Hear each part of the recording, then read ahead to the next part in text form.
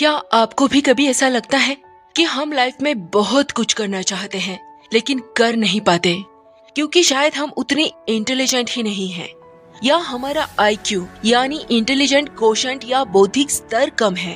और कहीं लोगों को भी कहते हुए सुनते हैं कि उनकी जिंदगी में उन्हें कुछ करने की या बनने की इच्छा थी लेकिन वो मनचाहा काम कर ना पाए या वह लक्ष्य हासिल न कर पाए क्योंकि उनका मानना भी ये होता है कि वो कम इंटेलिजेंट है। शायद सभी का एक आध व्यक्तिगत अनुभव तो जरूर ऐसा रहा होगा जहां इस धारणा से कोई काम या इच्छा अपूर्ण रही हो। इसमें बड़े उद्देश्यों से लेकर छोटी छोटी इच्छाएं भी शामिल हैं, जैसे अच्छा बोलने की स्किल सीखना, कोई डांस फॉर्म सीखना, अच्छी पेंटिंग बनानी सीखना, अच्छा खाना बनाना सीखना। यह लिस्ट कितनी भी लंबी हो सकती है, लेकिन इस धारणा के चलते न जाने कितने लोगों के सपने टूटे होंगे और न जाने कितनों का इस धारणा से आत्मविश्वास कमजोर हुआ होगा। लेकिन आज एक बात ध्यान से समझेंगे तो हो सकता है बहुत से सपने टूटने से बचे। लाइफ में बहुत कुछ जो चाहे वो कर पाए और कॉन्फिडेंस बना रहे, जो इन सबसे जरूरी है एक व्यक्ति के लिए। तो आइए देखें एक वास्तविक मंद बुद्धि से लेकर महापंडित तक के सफर की सच्ची कहानी। वरदराज, जिन्हें वरदराजाचार्य भी कहा जाता है, यह संस्कृत व्याकरण के महापंडित थे। वे महापंडित भट्टोजी दीक्षित के शिष्य थे। भट्टोजी दीक्षित की सिद्धांत कौमुदी पर आधारित उन्होंने 3 ग्रंथ रचे, जो कि क्रमशः मध्य सिद्धांत कौमुदी, लघु सिद्धांत कौमुदी तथा सार कौमुदी हैं। प्राचीन समय में विद्यार्थी गुरुकुल में रहकर ही पढ़ा करते थे। बच्चे को शिक्षा ग्रहण करने के लिए गुरुकुल भेजा जाता था।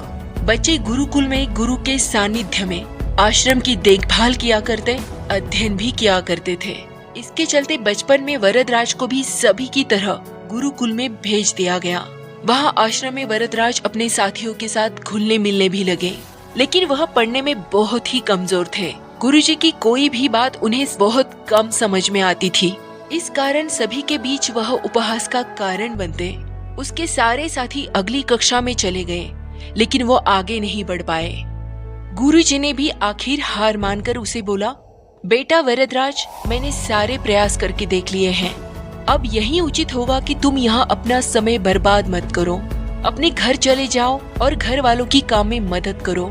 वरदराज ने भी सोचा कि शायद विद्या मेरी किस्मत में नहीं है। बड़े भारी मन से दुखी होकर गुरुकुल से घर के लिए निकल गए। दोपहर का समय था। रास्ते में उसे प्यास लगने लगी।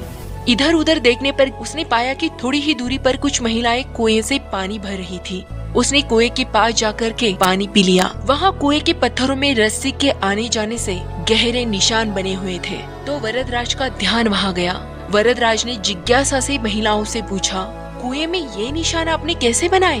तो एक महिला ने मुस्कुराते हुए जवाब दिया, बेटा ये निशान हमने नहीं बनाए, ये तो कुएं से पानी खींचते समय इस रस्सी के बार बार आने जाने से पत्थर पर घिसकर ऐसे निशान बन गए हैं। ये सुनकर वरदराज सोच में पड़ गए। उन्होंने विचार किया कि जब एक कोमल से रस्सी के बार बार आने जाने से एक ठोस पत्थर पर भी गहरे निशान बन सकते हैं, तो निरंतर अभ्यास से मैं विद्या ग्रहण क्यों नहीं कर सकता? इस विचार से वरदराज के मन में विश्वास सा जग गया। फिर से एक उम्मीद सी जग गई और वरदराज ढेर सारे उत्साह के साथ वापस गुरुकुल आए। वरदराज ने आगे निरंतर अथक कड़ी मेहनत की। गुरुजी ने भी खुश होकर भरपूर सहयोग किया। कुछ सालों बाद यही मंद बुद्धि बालक वरदराज आगे चलकर संस्कृत व्याकरण के महापंडित, महाविद्वान वरदराजाचार्य बने।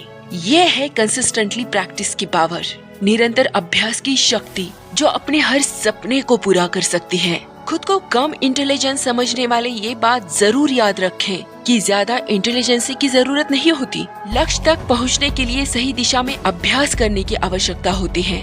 अभ्यास या प्रैक्टिस का अर्थ है सही दिशा में नियोजित काम को या गतिविधियों को दोहराना, जो योग्यता को आकार प्रदान करता है। चाहे वो खेल हो या पढ़ाई हो या कोई और फील्ड हो, कुछ भी परफेक्टली सीखने के लिए प्रैक्टिस सबसे अच्छा तरीका है, क्योंकि जितना अधिक व्यक्ति प्रैक्टिस करता है वह उतना ही दोष रहित और आत्मविश्वासी बनता है। इसलिए कहते हैं प्रैक्टिस मेक्स मैन परफेक्ट। अभ्यास के माध्यम से हम पहले की गई गलती दोबारा नहीं करते और नई चीजों को सीखते हैं।